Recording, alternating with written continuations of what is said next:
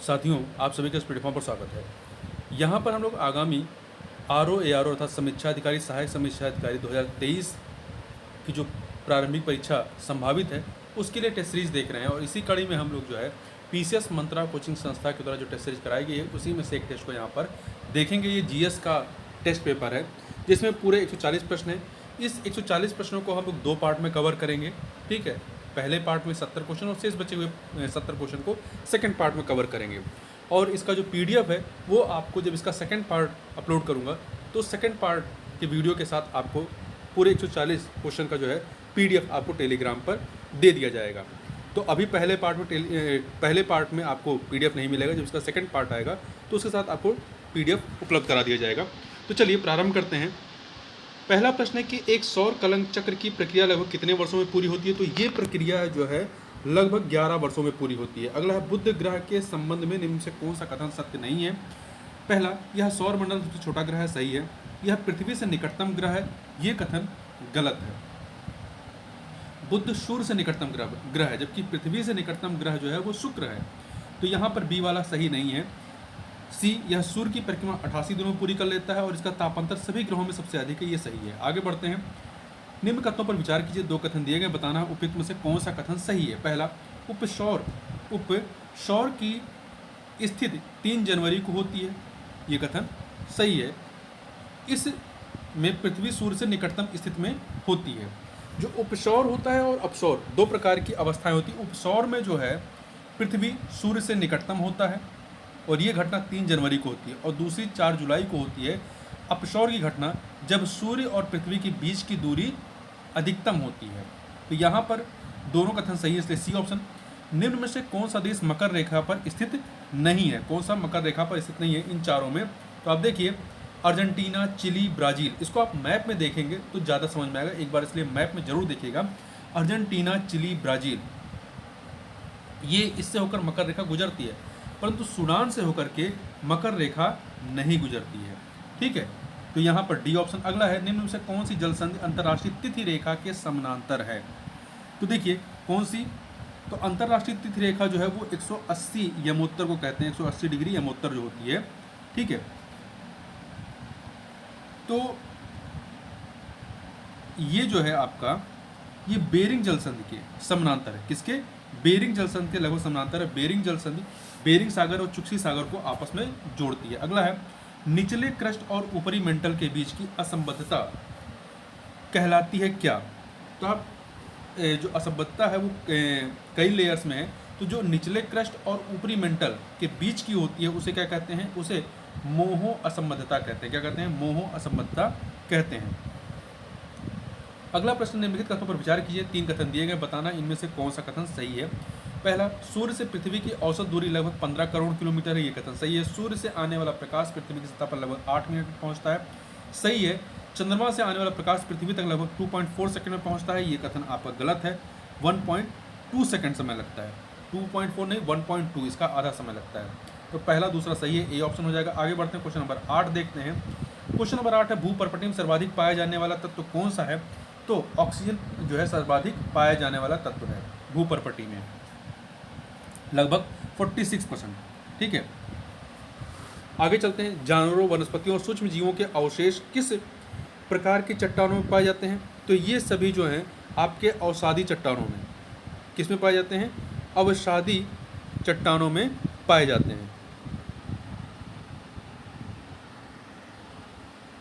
तो यहाँ पर आपका बी ऑप्शन हो जाएगा। आगे चलते हैं, क्वेश्चन नंबर 10। निम्न कथनों पर विचार कीजिए। 3 कथन दिए गए हैं और बताना है इनमें से कौन सा या से सही है। तो पहला कथन है, 5 डिग्री नॉर्थ से 5 डिग्री साउथ अक्षांशों के बीच का क्षेत्र भूमध्य रेखीय प्रदेश कहा जाता है, सही कथन है। दूसरा, यह ग्लोब का सर्वाधिक तापमान यहाँ पाया जाता है, नहीं, ऐसा नहीं है। यहाँ का तापमान सर्वाधिक पाया जाना चाहिए, लेकिन यहाँ पर होने वाली वर्षा की अत्यधिक मात्रा तथा बादलों से घिरे रहने की वजह से धरातल को सूर्यताप की अपेक्षाकृत कम मात्रा मिलती है। इसलिए ग्लोब का सर्वाधिक तापमान यहाँ पर नहीं बल्कि अयनवर्ती रेखाओं पर मिलती है। तो यहाँ पर पहला कथन सही है, दूसरा गलत है। तीसरा, यहाँ सर्वाधिक वर्षा वाला क्षेत्र है, यह सर्वाधिक वर्षा वाला क्षेत्र है, तो ये कथन भी आपका सही नहीं है, तो केवल पहला कथन सही है, ए ऑप्शन। अगला है पार्थिव ऊष्मा की वायुमंडल से धरातलीय सतह को पुनः वापस करने वाली विकिरण की प्रक्रिया कहलाती है। पार्थिव ऊष्मा की वायुमंडल से धरातलीय सतह को पुनः वापस करने वाली विकिरण की जो प्रक्रिया होती है इसे प्रतिलोम विकिरण कहते हैं। क्या कहते हैं? प्रतिलोम विकिरण कहते हैं।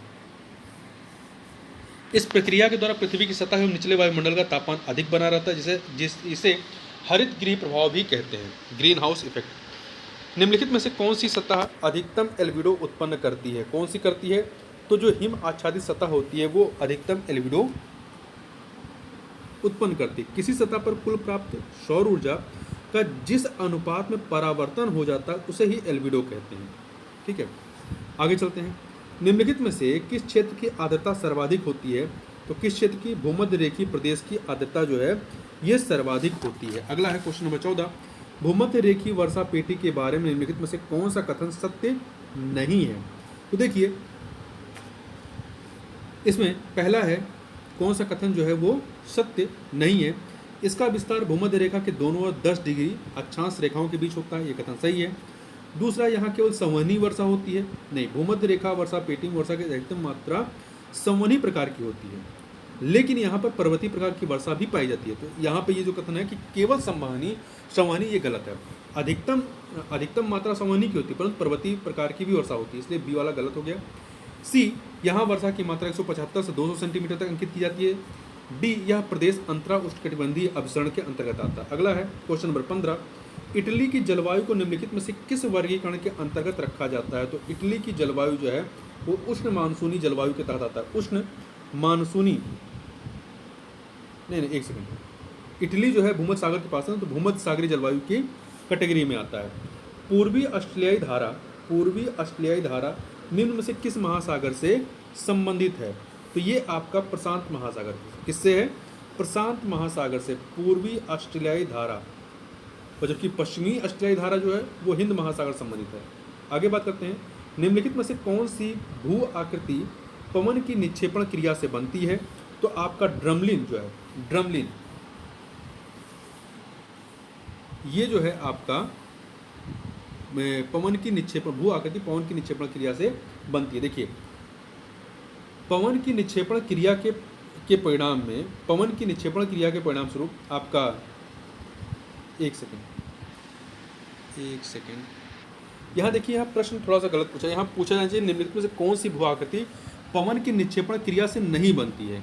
तो इसका उत्तर आपका हो जाता है ड्रमलिन, क्योंकि ड्रमलिन जो है ये आपका हिमनद द्वारा निक्षेपात्मक स्थल रूप है, हिमनद से बनता है, जबकि पवन की निक्षेपण क्रिया से बरखान, बजादा और बालुका बनता है। क्रास्ट स्थलाकृतियों का निर्माण होता है कहाँ पर? तो क्रास्ट स्थलाकृतियों का निर्माण भूमिगत जल के द्वारा होता है। आगे बात करते हैं, अगला है, और वैसी जगह पे जहाँ पे चूना पत्थर क्षेत्र होते हैं। ठीक है, अगला प्रश्न है, जब नदियाँ अपरदन प्रक्रिया के द्वारा अपने आधार तल को प्राप्त कर लेते हैं तो वे किस प्रकार के मैदान का निर्माण करती हैं? तो वे समप्राय मैदान का निर्माण करती हैं। किसका? समप्राय मैदान का। मिसिसिपी बेसिन का ऊपरी भाग और भारत का अरावली क्षेत्र जो है इसका उदाहरण है। अगला है, ज्वालामुखी के संबंध में निम्न कथनों पर विचार कीजिए। 3 कथन दिए गए हैं, बताना है कौन सही है। लावा में सिलिका की मात्रा कम होने पर उद्गार प्रायः शांत होते हैं, ये कथन सही है, क्योंकि मैग्मा में सिलिका की मात्रा अधिक होने पर उद्गार प्रायः विस्फोटक होते हैं, तो पहला सही है। दूसरा, हवाईयन तुल्य ज्वालामुखी सर्वाधिक विनाशकारी होते हैं, नहीं, जो पीलियन तुल्य ज्वालामुखी होते हैं वो सर्वाधिक विनाशकारी होते हैं। ठीक है, हवाईयन तुल्य ज्वालामुखी का लावा प्रायः तरल और क्षारीय होता है और उनका उद्गार शांत होता है, तो दूसरा गलत है। तीसरा, हवाईयन ज्वालामुखी में लावा की प्रकृति क्षारीय होती है, ये कथन आपका सही है, तो पहला और तीसरा सही है, तो सी ऑप्शन हो जाएगा। आगे बात करते हैं, निम्नलिखित में से कौन सा विश्व में सर्वाधिक ज्वालामुखी से प्रभावित क्षेत्र है? तो ये कौन सा क्षेत्र है? परिप्रशांत महासागरीय मेखला, परिप्रशांत महासागरीय मेखला। क्वेश्चन नंबर 22 देखते हैं, यह है, भूकंप आने से पूर्व वायुमंडल में निम्नलिखित में से किस गैस की मात्रा में वृद्धि हो जाती है? तो रेडॉन की मात्रा में वृद्धि हो जाती है। ठीक है, आगे चलते हैं, निम्न कथनों पर विचार कीजिए। दो कथन दिए गए हैं, दो कथन। पहला, भूकंप की तीव्रता का मापन रिएक्टर स्केल पर किया जाता है। ये कथन आपका सही है। वह स्थान जहां पर भूकंप का अनुभव सबसे पहले किया जाता है उसे भूकंपीय केंद्र कहा जाता है। दो के दोनों कथन यहाँ पर सही है, सी ऑप्शन हो जाएगा। अगला है, निम्न कथनों पर विचार कीजिए। दो कथन दिए गए हैं, दो कथन। पहला है, सुनामी मूल रूप से ज्वारीय तरंगे होती हैं। सुनामी मूल रूप से ज्वारीय तरंगे होती हैं। देखिए, सुनामी जो है ये समुद्री लहरें, किंतु इनका ज्वारीय तरंगों से कोई संबंध नहीं होता है। वस्तुतः ये लंबी एवं कम कंपन वाली समुद्री लहरें हैं जो महासागरीय भूकंप के प्रभाव से उत्पन्न होती हैं, अतः ये विनाशकारी होती हैं। तो पहला कथन आपका गलत है। दूसरा, सुनामी शब्द जापानी भाषा का शब्द है, ये सही है। तो यहाँ पर बी ऑप्शन हो जाएगा। निम्नलिखित में से कौन सी उष्ण महासागरीय जलधारा है? उष्ण महासागरीय जलधारा है इसमें से। तो आप देखेंगे कि क्यूराइल, कनारी, लेब्राडोर ये जो है आपके ठंडी जलधारा है, जबकि गल्फ स्ट्रीम जो है ये गर्म जलधारा है अटलांटिक महासागर की। आगे चलते हैं, जानवरों, वनस्पतियों और सूक्ष्म जीवों के अवशेष किस प्रकार की चट्टानों में पाए जाते हैं? तो ये अवसादी चट्टानों में पाए जाते हैं। प्रवालों के समुचित विकास के लिए कितना औसत तापमान की आवश्यकता होती है? तो ये 20 से 25 डिग्री सेंटीग्रेड की आवश्यकता होती है। आगे बढ़ते हैं, विषुवत रेखा से ध्रुवों की तरफ बढ़ने पर महासागरीय जल के औसत तापमान में क्या होगी? कमी आती है। जैसे जैसे आप पोल की तरफ जाएंगे टेम्परेचर कम होता जाएगा। निम्नलिखित में से कौन से सर्वाधिक ऊंचाई पर पाए जाने वाले मेघ हैं? तो पच्छाद मेघ जो है सर्वाधिक ऊंचाई पर पाए जाने वाले मेघ होते हैं। और ये पच्छाद मेघ सफ़ेद रेशम की भांति कोमल व छितराए हुए होते हैं और ये हिमकणों से बने होते हैं और इनसे प्रायः वर्षा नहीं होती है। चक्रवात के आगमन के क्रम में सबसे पहले यही मेघ दिखाई देते हैं, इसलिए इन्हें चक्रवात के आगमन का सूचक माना जाता है।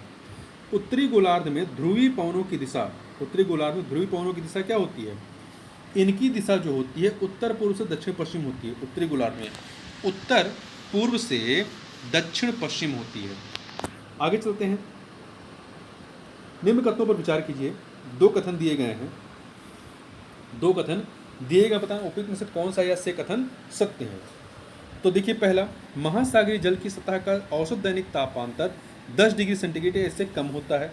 यह कथन आपका सही है। दूसरा, सागरीय जल का उच्चतम वार्षिक तापमान जून में तथा न्यूनतम तापमान दिसंबर माह में अंकित किया जाता है। यह कथन गलत। सागरीय जल का उच्चतम वार्षिक तापमान अगस्त माह में तथा न्यूनतम तापमान फरवरी माह में अंकित किया जाता है, अगस्त और फरवरी। तो यहाँ पर पहला सही, दूसरा गलत, ए ऑप्शन हो जाएगा। आगे बढ़ते हैं, किस महासागर की औसत लवणता सर्वाधिक है? औसत लवणता अटलांटिक महासागर की सबसे अधिक है। अगला है, महासागरीय जल की लवणता salinity of the ocean waters से संबंधित निम्न कथनों पर विचार कीजिए। तीन कथन दिए गए हैं। पहला, महासागरीय सागरीय लवणता का मुख्य स्रोत पृथ्वी है, सही है। जिस स्थान या जगह पर तापक्रम अधिक रहता है और वाष्पीकरण अधिक होता है वहाँ पर लवणता भी अधिक होती है, सही है। नदियों के मुहावने वाले भागों में लवणता कम पाई जाती है, ये भी सही है। तीनों कथन यहाँ पर सही है, डी ऑप्शन हो जाएगा। क्वेश्चन नंबर 34 देखते हैं। 34 है, सूर्य की बाह्य सतह से निकलने वाली ऊर्जा को क्या कहते हैं? इसे हम लोग फोटान कहते हैं। क्या कहते हैं? फोटान कहते हैं। सूर्य की बाह्य सतह से निकलने वाली ऊर्जा को फोटान कहते हैं। महासागरीय जल का वह सीमा क्षेत्र परत जहाँ तापमान में तीव्र गिरावट आती है उसे क्या कहा जाता है? उसे थर्मोक्लाइन कहा जाता है। महासागरीय जल का वह सीमा क्षेत्र जहां तापमान में तीव्र गिरावट आती है उसे थर्मोक्लाइन कहते हैं। आगे चलते हैं, पृथ्वी के पृष्ठ पर प्राप्त होने वाली ऊर्जा का अधिकतम अंश किस रूप में आता है? तो ये जो है आपका लघु तरंग दैर्ध्य के रूप में आता है। लघु तरंग दैर्ध्य के रूप में आता है और यहाँ से दीर्घ तरंग दैर्ध्य के रूप में वापस जाता है। निम्न कथनों पर में से कौन सा कथन असत्य है चारों में से? तो देखिए, पहला, महासागरों का उच्चतम तापमान सदैव उनकी ऊपरी सतहों पर होता है, सही है। दूसरा, सामान्यतः गहराई के साथ साथ तापमान में कमियां होने लगती है, ये भी सही है।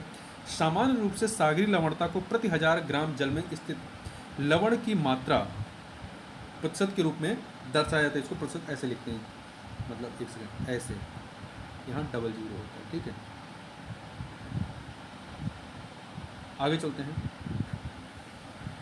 डी, समुद्र का क्वथनांक बॉइलिंग पॉइंट सामान्य जल से निम्न ही रहता है। ये कथन आपका सही नहीं है। समुद्र का क्वथनांक सामान्य जल से ऊंचा ही रहता है, इसकी लवणता अधिक रहती है तो वाष्पीकरण कम होता है। समुद्र में धाराएं, सागरी जीव इत्यादि लवणता से नियंत्रित होते हैं। आगे चलते हैं तो यहाँ पे डी वाला सही नहीं है। अगला है ग्लोब पर वायु दाब की कितनी पेटियां होती हैं? तो ग्लोब पर वायु दाब की 7 पेटियां होती हैं। कितनी होती हैं? 7 पेटियां होती हैं। आगे बात करते हैं, निम्न में से कौन सा कथन जो है वो असत्य है? तो पहला, फेरल ने हवाओं की दिशा संबंधी अपने मत का प्रतिपादन कॉरियोलिस बल के आधार पर किया था। सही है। जिस दिशा में हवाएं प्रायः वर्ष भर चला या बहा करती हैं उन्हें स्थायी पवन कहते हैं। ये भी सही है। पवनें उच्च वायुदाब क्षेत्रों से निम्न वायुदाब क्षेत्रों की तरफ चलती हैं। ये भी कथन आपका सही है। डी, फेरल के नियम के अनुसार धरातल पर स्वतंत्र रूप से चलने वाली सभी हवाएं पृथ्वी की गति के कारण उत्तरी गोलार्ध में बाईं ओर और दक्षिणी गोलार्ध में दाहिनी ओर मुड़ जाती है। ये कथन गलत है, क्योंकि उत्तरी गोलार्ध में दाहिनी ओर और दक्षिणी गोलार्ध में बाईं ओर मुड़ती हैं। उत्तरी गोलार्ध में दाहिनी और दक्षिणी गोलार्ध में बाईं ओर मुड़ती है। तो डी वाला आपका कथन सही नहीं है। आगे बढ़ते हैं। अगला प्रश्न है 40 नंबर क्वेश्चन, किन हवाओं के कारण तटीय भागों की जलवायु पर समकारी प्रभाव होता है? तो स्थलीय समीर की वजह से। किसकी वजह से? स्थलीय समीर की वजह से। अगला है 41, सुमेलित नहीं है। पवने और क्षेत्र में कौन सा सुमेलित नहीं है? तो शिराको जो है ये सहारा मरुस्थल में उत्तरी अफ्रीकी सिसिली तथा दक्षिणी इटली से गुजरने वाली अत्यधिक शुष्क एवं उष्ण दक्षिणी या दक्षिणी पूर्वी पवन है, जो आपका सिराको है। ये गिनी में नहीं है, ठीक है। तो यहाँ पर पहला वाला सही नहीं है। विली विली ऑस्ट्रेलिया से, फॉन स्विट्जरलैंड, बिजड़ कनाडा।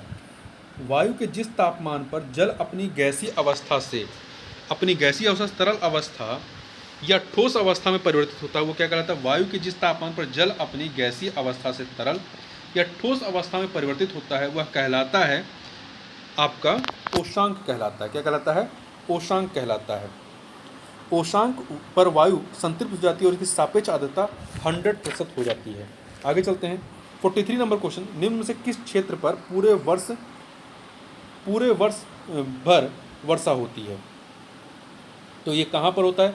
भूमध्य रेखा तथा समशीतोष्ण प्रदेशों में पूरे वर्ष वर्षा होती है। अगला है, किस प्रकार के मेघ के कारण आकाश दुधिया रंग का दिखाई पड़ने लगता है? तो जो पच्छाव स्तरीय मेघ होते हैं ये महीन और सफ़ेद चादर के समान संपूर्ण आकाश में छाए रहते हैं। इनके कारण आकाश दुधिया रंग का दिखाई पड़ने लगता है। इन मेघों से दिन में सूर्य एवं रात्रि में चंद्रमा के चारों प्रभा मंडल का निर्माण होता है, हालों का निर्माण होता है, होलों का। अगला है, कर्क तथा मकर रेखाओं के मध्य उत्पन्न चक्रवातों को किस नाम से जाना जाता है? तो इसे उष्णकटिबंधीय चक्रवात कहते हैं। उष्णकटिबंधीय चक्रवात। रूर प्रदेश किस खनिज की खनन के लिए प्रसिद्ध हैं? तो ये कोयले के लिए, जर्मनी में स्थित है, कोयले के लिए। अगला है, चिक्वी कमाटा, ये चिली किस खनिज के लिए प्रसिद्ध है? तो ये जो है आपका तांबे के लिए। किसके लिए? तांबे के लिए। चिली में है, तांबे के लिए प्रसिद्ध है ये। क्वेश्चन नंबर 48 देखते हैं। यूक्रेन का क्रिवाय रॉक तथा ब्राजील का मिनास जिरास प्रांत किसके उत्पादन के लिए जाना जाता है? तो ये लौह अयस्क के उत्पादन के लिए जाना जाता है। किस नदी मार्ग को यूरोपीय व्यापार की जीवन रेखा के रूप में संज्ञा दी जाती है? तो राइन नदी को। किसको? राइन नदी को, ठीक है। इस नदी का प्रवाह बेसिन जो है France, Germany, Switzerland, Austria, Netherlands, Italy, लिechtenstein, लग्जमबर्ग तथा बेल्जियम में विस्तारित है और यह विश्व का सर्वाधिक व्यस्त आंतरिक व्यापारिक मार्ग वाली नदी है, राइन नदी। अगला है, विश्व में रेल मार्गों का सर्वाधिक घनत्व किस क्षेत्र में पाया जाता है? तो ये आपका पश्चिमी यूरोप और उत्तरी अमेरिका में। कहाँ पर? पश्चिमी यूरोप और उत्तरी अमेरिका में। तो 1 और 2। आगे बात करें, किर्गिज जनजाति मुख्य रूप से किस क्षेत्र में पाई जाती है? तो ये आपका किर्गिस्तान में। कहाँ पर? किर्गिस्तान में, जो पामीर का पठार है और ध्यान शान पर्वतमाला के क्षेत्र में। कालाहारी मरुस्थल क्षेत्र में पाई जाने वाली मुख्य जनजाति कौन सी है? तो यहाँ पर बुशमैन जनजाति पाई जाती है। कौन सी? बुशमैन जनजाति पाई जाती है बोत्सवाना और नामीबिया में। जापान का मैनचेस्टर की उपमा किसे दी गई है? तो जापान का मैनचेस्टर जो है वो ओसाका को कहते हैं। जापान का मैनचेस्टर जो है आपका क्या कहते हैं, वस्त्र उद्योग संबंधित है, सूती वस्त्र उद्योग से। किस शहर को विश्व इस्पात की राजधानी भी कहा जाता है? किस शहर को कहते हैं? तो ये आपका पिट्सबर्ग को कहते हैं। किसको कहते हैं? संयुक्त राज्य अमेरिका के पिट्सबर्ग को विश्व इस्पात की राजधानी भी कहा जाता है। लौह इस्पात के लिए विश्व प्रसिद्ध लॉरेन क्षेत्र किस देश में स्थित है? तो ये लॉरेन क्षेत्र जो है फ्रांस में, कहाँ पर है? लौह इस्पात के लिए फ्रांस में स्थित है। आगे बात करते हैं, अगला है गेहूं की सबसे बड़ी मंडी किस देश में स्थित है? तो ये संयुक्त राज्य अमेरिका में। कहाँ पर है? संयुक्त राज्य अमेरिका। संयुक्त देखिए शिकागो जो है वो संयुक्त राज्य अमेरिका के विख्यात शहर है, जो विश्व का सबसे बड़ा रेल जंक्शन और सुअर मांस का सबसे बड़ा केंद्र है। गेहूं की सबसे बड़ी मंडी के लिए विश्वविख्यात है। संयुक्त राज्य अमेरिका का सिलिकॉन वैली कहाँ स्थित है? तो ये कहाँ पर है? ये आपका सैन फ्रांसिस्को में है, सिलिकॉन वैली। अगला है विश्व का लगभग 90% चावल किस क्षेत्र में होता है? तो ये आपका दक्षिण पूर्व एशिया में, दक्षिण पूर्वी एशिया में होता है। आगे चलते हैं, गेहूं, चावल, मूंगफली तथा गन्ने के वैश्विक उत्पादन में द्वितीय स्थान किसका है? तो द्वितीय स्थान किसका है? भारत का। गेहूं, चावल, मूंगफली तथा गन्ने के उत्पादन में। जब गेहूं, चावल, मूंगफली के वैश्विक उत्पादन में प्रथम स्थान पर चीन है, जबकि गन्ने के वैश्विक उत्पादन में प्रथम स्थान पर ब्राजील है। आगे चलते हैं, यह मृदा अधिक तापमान एवं कम वर्षा वाले क्षेत्रों में होती है तथा इसमें ह्यूमस की मात्रा कम एवं प्रकृति में क्षारीय मृदा है। कहलाती है क्या? ये आपका क्या कहलाती है? मरुस्थलीय मृदा। आगे चलते हैं, बहुत छोटी जोतों के साथ 2 या 3 फसलें और भली भांति उन्नत पशुपालन किस प्रकार की कृषि का गुण है? तो ये गहन कृषि का। किसका? गहन कृषि का। दक्षिण अमेरिका महाद्वीप का सर्वोच्च शिखर कौन सा है? तो ये है आपका माउंट एंकांगुआ। माउंट एंकांगुआ दक्षिण अमेरिकी महाद्वीप का सर्वोच्च शिखर है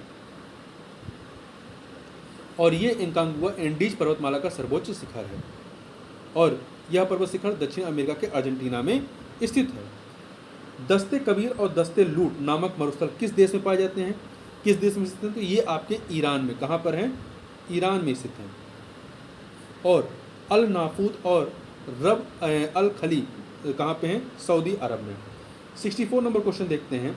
अगला है, निम्न में से कौन सा देश लाल सागर से सीमा नहीं बनाता है? कौन सा देश लाल सागर, रेड सी से सीमा नहीं बनाता है? तो देखिए इसमें आपका सऊदी अरब, यमन, जिबूती बनाता है, परंतु लीबिया नहीं बनाता है। लीबिया भूमध्य सागर से सीमा बनाता है। यूराल और बोल्गा नदी किस सागर में आकर गिरती हैं? तो यूराल और बोल्गा नदी जो है ये आपका कैस्पियन सागर में गिरती है, कैस्पियन सागर में। निम्न में से कौन सुमेलित नहीं है? शहर और नदी। देखिए बगदाद टिग्रिस नदी किनारे है, बॉन राइन नदी किनारे, न्यूयॉर्क हडसन के किनारे, वियना स्वान नदी किनारे। वियना ऑस्ट्रिया की राजधानी है जो डेनिम नदी के किनारे है, जबकि ऑस्ट्रेलिया का पर्थ शहर जो है वो स्वान नदी के तट पर है। तो यहाँ पर डी वाला सही नहीं। अगला है, निम्न कथनों पर विचार कीजिए। 2 कथन दिए गए हैं, उपयुक्त में से कौन सा या से कथन सही है? तो पहला, डाउन्स ऑस्ट्रेलिया में घास का मैदान सही है। यह एक उष्णकटिबंधीय घास का मैदान नहीं, शीतोष्णकटिबंधीय घास का मैदान नहीं है। तो पहला सही, दूसरा गलत, ए ऑप्शन। अगला है, बाल्टिक सागर को उत्तरी सागर से कौन सी नहर जोड़ती है? तो ये आपकी कील नहर है, ये जोड़ती है। निम्न से जापान के द्वीपों का उत्तर से दक्षिण, नॉर्थ टू साउथ क्रम क्या है? तो देखिए ये है होकाइडो, होन्शु, शिकाकू, क्यूशू। इसको एक बार मैप में जरूर देख के याद कर लीजिए, कई बार पूछा जाता है। Hokkaido, Honshu, Shikoku, Kyushu. अगला है, इनमें सबसे बड़ा द्वीप जो है आपका होन्शु है, दूसरे नंबर वाला। निम्न में से कौन सा एक देश मध्य एशिया का भाग नहीं है? तो कजाकिस्तान, तुर्कमेनिस्तान, उज्बेकिस्तान ये मध्य एशिया के हैं, परंतु अफगानिस्तान ये दक्षिण एशिया में आते हैं। अफगानिस्तान हो गया, बांग्लादेश, पाकिस्तान, भूटान, भारत, नेपाल, श्रीलंका, मालदीव ये आपके दक्षिण एशिया में आते हैं। और पूर्वी एशिया में आपका चीन, कोरिया गणराज्य, जापान, मंगोलिया और कोरिया को शामिल किया जाता है। तो इस प्रकार से इस वीडियो में बस इतना ही। मिलते हैं नेक्स्ट वीडियो में, तब तक के लिए बहुत बहुत धन्यवाद।